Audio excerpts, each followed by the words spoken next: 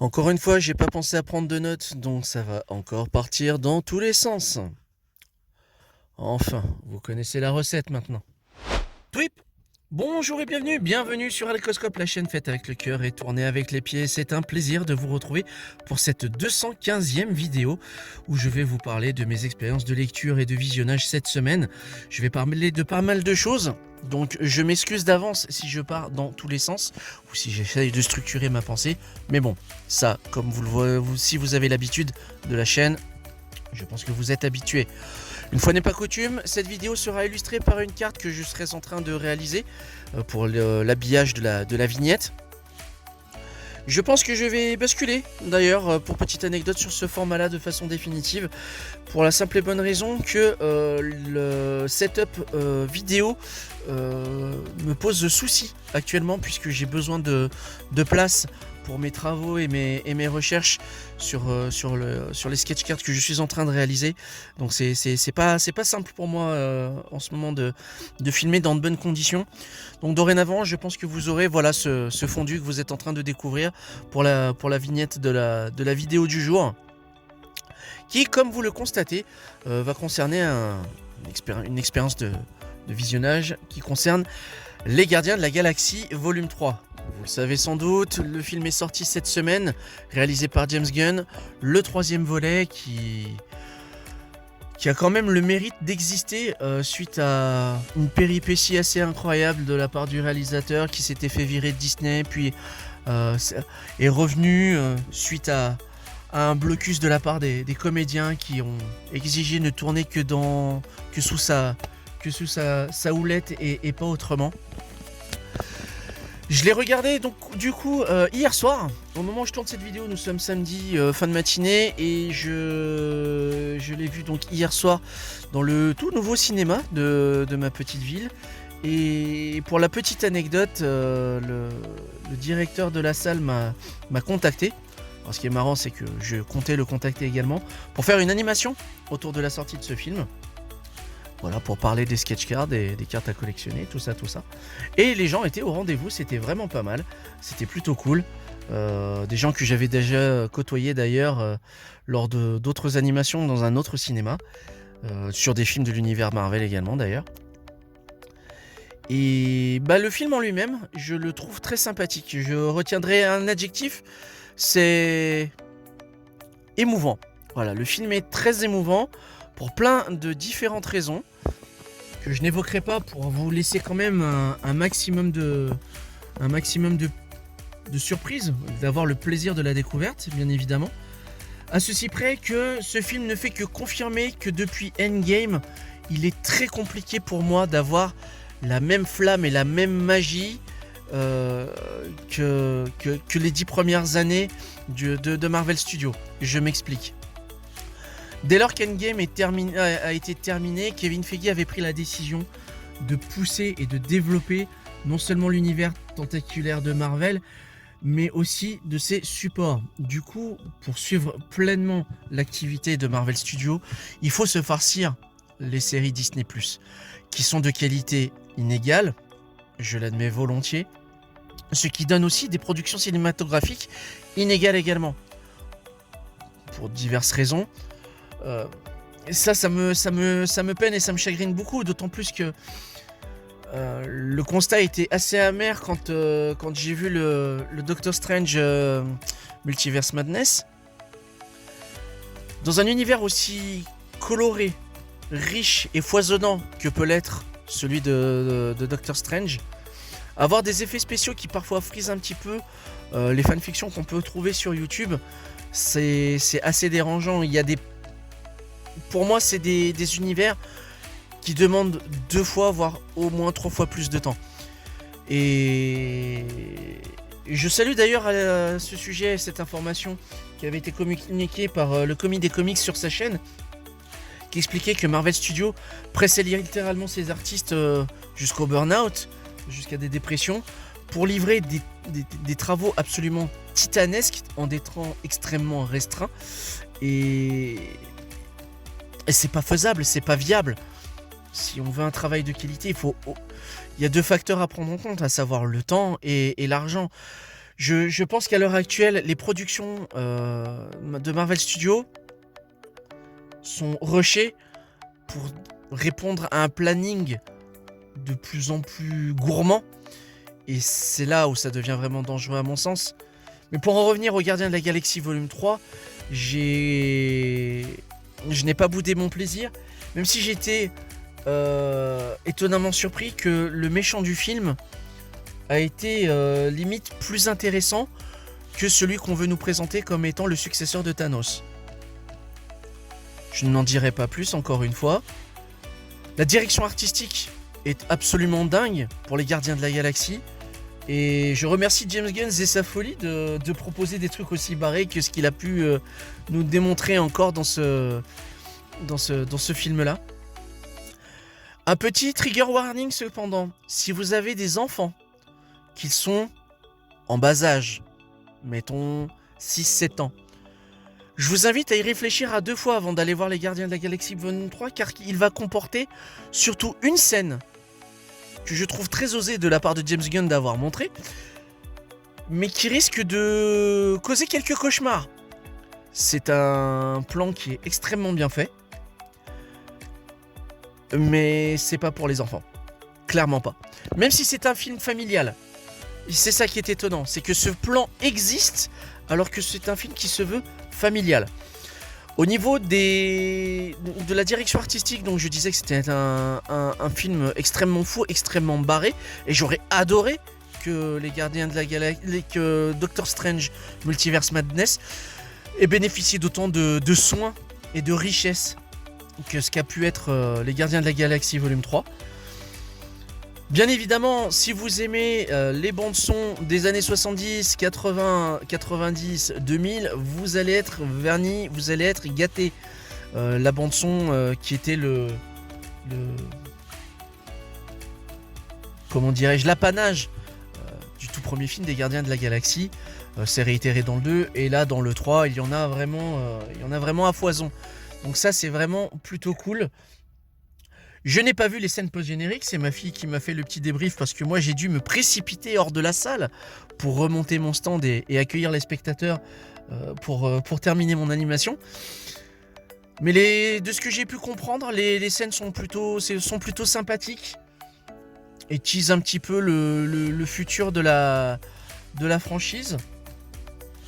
Même si c'est clairement pour moi un film d'adieu.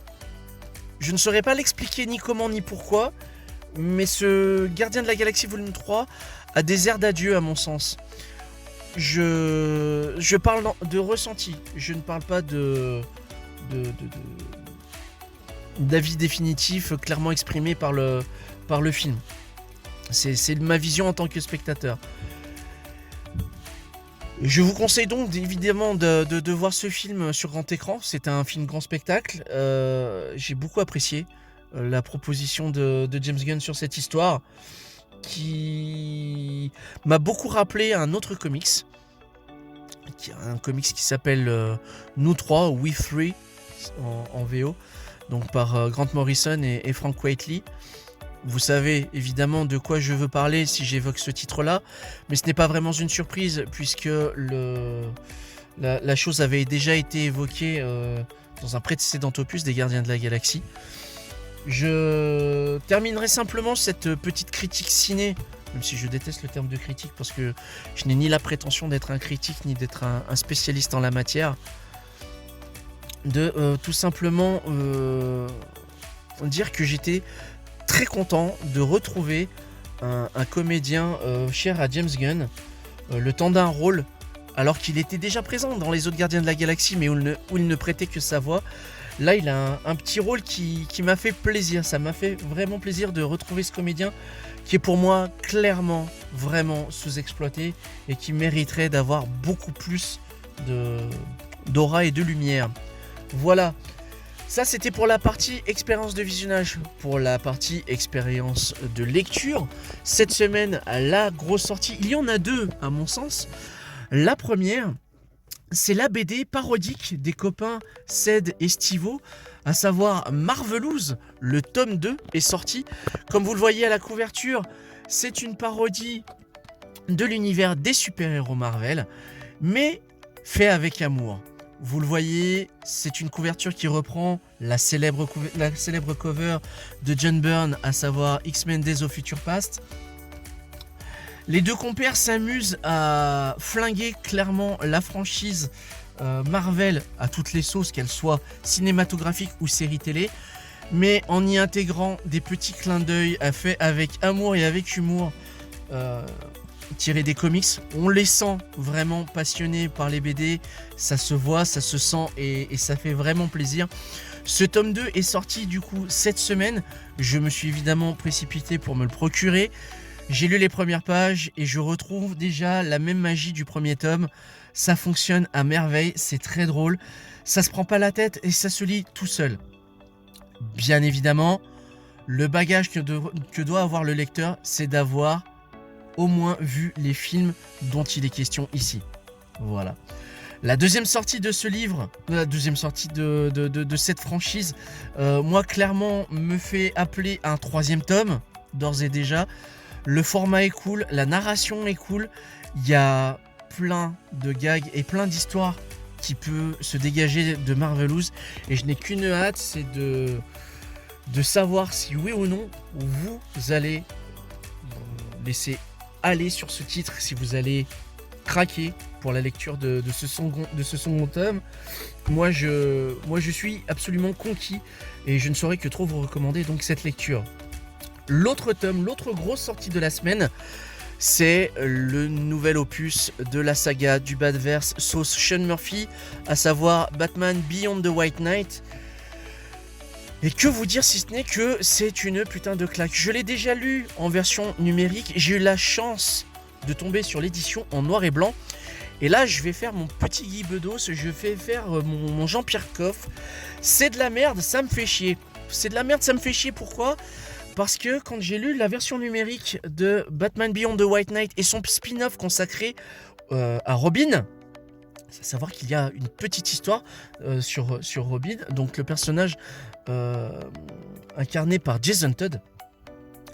Il y a des post-faces dans la VO, des post-faces où ce sont des petites interviews, des petites pastilles de Sean Murphy qui expliquent telle ou telle notion. Et il y en a une qui n'est pas à prendre à la légère, où il évoque que lors de l'écriture de son histoire, il avait fait une bourde. Il savait que Dick Grayson était le premier Robin et le second était Jason Todd. Sauf qu'au moment de l'écriture de l'épisode en question, il avait inversé les rôles. Et plutôt que de réparer l'erreur au niveau éditorial, il a décidé non seulement de laisser cette bourde, mais de l'assumer, ce qui va permettre de redistribuer les cartes et de proposer une autre lecture. C'est un spoiler, j'en suis désolé, mais pour moi, cette petite pastille aurait mérité sa place dans une édition en français pour permettre de mieux comprendre pourquoi Jason Todd est effectivement le premier Robin dans cette mythologie Batman. Alors spoiler alert, si vous n'avez pas lu Batman White Knight, Curse of the White Knight et son spin-off consacré à Harley Quinn, il est totalement inutile de poursuivre cette vidéo et de vous procurer le titre, car vous allez être complètement perdu et vous allez vous gâcher complètement toutes les informations qui vont vous être proposées dans cette histoire. Donc je vous invite à arrêter cette vidéo dès à présent, de pourquoi pas la liker, la partager et de revenir après. Quant aux autres qui ont lu déjà ce que Sean Murphy a proposé sur le Chevalier Noir de Gotham, nous retrouvons donc notre cher Bruce Wayne en prison des suites de ses précédentes frasques. Et un nouveau Batman entre-temps a fait irruption. Un Batman plus moderne, plus agressif, plus technologique également. Et notre cher Bruce n'aura d'autre choix que de reprendre du service. Ce qui va poser en fait en fil conducteur la confrontation d'un Batman analogique dans un monde numérique. Et c'est passionnant. Une fois de plus, Sean Murphy brasse les différentes mythologies du Caped Crusader, du détective de Gotham, que ce soit son itération comics, mais également cinématographique ou série télé ou animée, et repropose donc une une autre lecture de Gotham et du Chevalier Noir. Selon moi, la saga Batman White Knight, chapeautée par Sean Murphy, c'est une déclaration d'amour au personnage, ça c'est certain, mais c'est aussi une récompense pour celles et ceux qui ont lu, vécu, grandi avec le personnage, que ce soit au cinéma, à la télévision ou dans les pages des comics, pour proposer quelque chose d'assez riche et barré que ce que peut l'être Batman White Knight. La conclusion de cette histoire est une conclusion ouverte, amène à un univers plus riche, plus grand encore, et je suis très curieux et impatient de savoir ce que va nous proposer Sean Murphy dans les années à venir, ou s'il ne va pas se perdre en chemin. Car selon moi, Batman White Knight avait ceci pour lui d'être un univers fermé, cloisonné, qui ne proposait pas autre chose que ce qu'il avait à offrir, et c'était ce qui faisait sa force. Maintenant, je ne bouderai pas mon plaisir de voir ce que Sean Murphy va proposer par la suite. Quant à moi, je ne saurais donc que trop vous conseiller la lecture de ce Batman Beyond the White Knight, qui encore une fois va vous proposer des scènes absolument vertigineuses, des mises en page absolument fantastiques. C'est vraiment du très très très bon. Voilà, cette vidéo est à présent terminée. Je vous remercie de l'avoir regardée jusqu'au bout. Si le contenu vous apprécie, n'hésitez pas à lâcher un pouce bleu, à partager avec vos amis et pourquoi pas à vous abonner pour ne rien louper des futures sorties. Quant à moi, je retourne sur ma planche à dessin et je vous retrouve la semaine prochaine pour mes nouvelles et anciennes expériences de lecture. A très bientôt et plein de funkytude. Ciao.